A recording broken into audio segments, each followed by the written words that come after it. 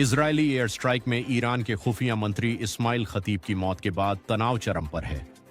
जवाबी कार्रवाई में ईरान ने सऊदी अरब और कतर के तेल केंद्रों पर मिसाइल हमले किए हैं। इससे खाड़ी क्षेत्र में ऊर्जा संकट और वैश्विक तेल कीमतों में भारी उछाल आया है। अमेरिकी राष्ट्रपति ट्रंप ने ईरान को बिना शर्त आत्मसमर्पण की चेतावनी दी है। उन्होंने साफ किया कि यदि ईरान ने अपने हमले नहीं रोके तो अमेरिका उसके परमाणु ठिकानों और नौसेना को पूरी तरह नष्ट कर देगा। ट्रंप ने मित्र देशों से हॉर्मुज जल मरुमध्य की सुरक्षा में सहयोग मांगा है।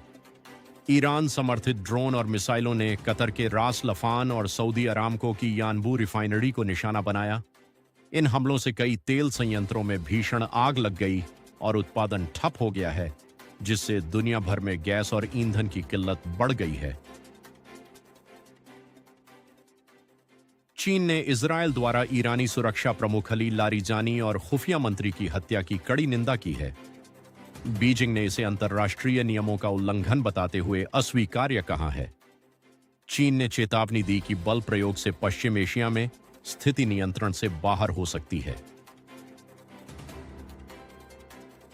युद्ध की आहट से वैश्विक अर्थव्यवस्था हिल गई है। भारतीय शेयर बाजार में सेंसेक्स 2500 अंकों से अधिक गिर गया, जबकि कच्चे तेल की कीमतें $115 प्रति बैरल के पार पहुंच गईं। निवेशकों में डर का माहौल है और सोने की कीमतों में भी रिकॉर्ड तेजी देखी जा रही है। चुनाव आयोग ने पश्चिम बंगाल, असम, केरल, तमिलनाडु और पुडुचेरी में चुनाव की तारीखें घोषित कर दी हैं। बंगाल में 2 चरणों 23 और 29 अप्रैल में मतदान होगा। सभी राज्यों के नतीजे 4 मई 2026 को घोषित किए जाएंगे। राजनीतिक सरगर्मी तेज हो गई है। अफगानिस्तान और पाकिस्तान ने ईद उल फितर के पावन अवसर पर 5 दिनों के लिए अस्थायी युद्ध विराम का ऐलान किया है। इस शांति समझौते का उद्देश्य लोगों को सुरक्षित तरीके से त्योहार मनाने का मौका देना है। सऊदी अरब और तुर्की ने इस मानवीय पहल का स्वागत किया है। ईरान ने अमेरिका में होने वाले अपने वर्ल्ड कप मैच खेलने से इनकार कर दिया है। ईरान ने फीफा से मांग की है कि उसके मैच अमेरिका के बजाय किसी तटस्थ देश में कराए जाएं। मेक्सिको ने इन मैचों की मेजबानी की पेशकश की है, लेकिन अंतिम फैसला फीफा को लेना है।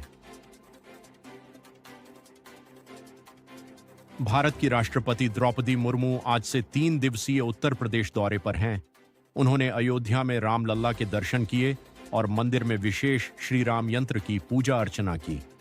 उनके दौरे को लेकर अयोध्या में सुरक्षा के कड़े इंतजाम किए गए हैं और श्रद्धालुओं में भारी उत्साह है।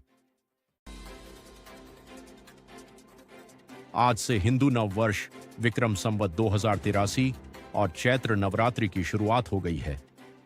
भारत के प्रमुख शक्तिपीठों और मंदिरों में भक्तों का तांता लगा है। लोग उपवास रख रहे हैं और माता शैलपुत्री की पूजा कर रहे हैं। पूरे देश में उत्सव और भक्ति का माहौल है।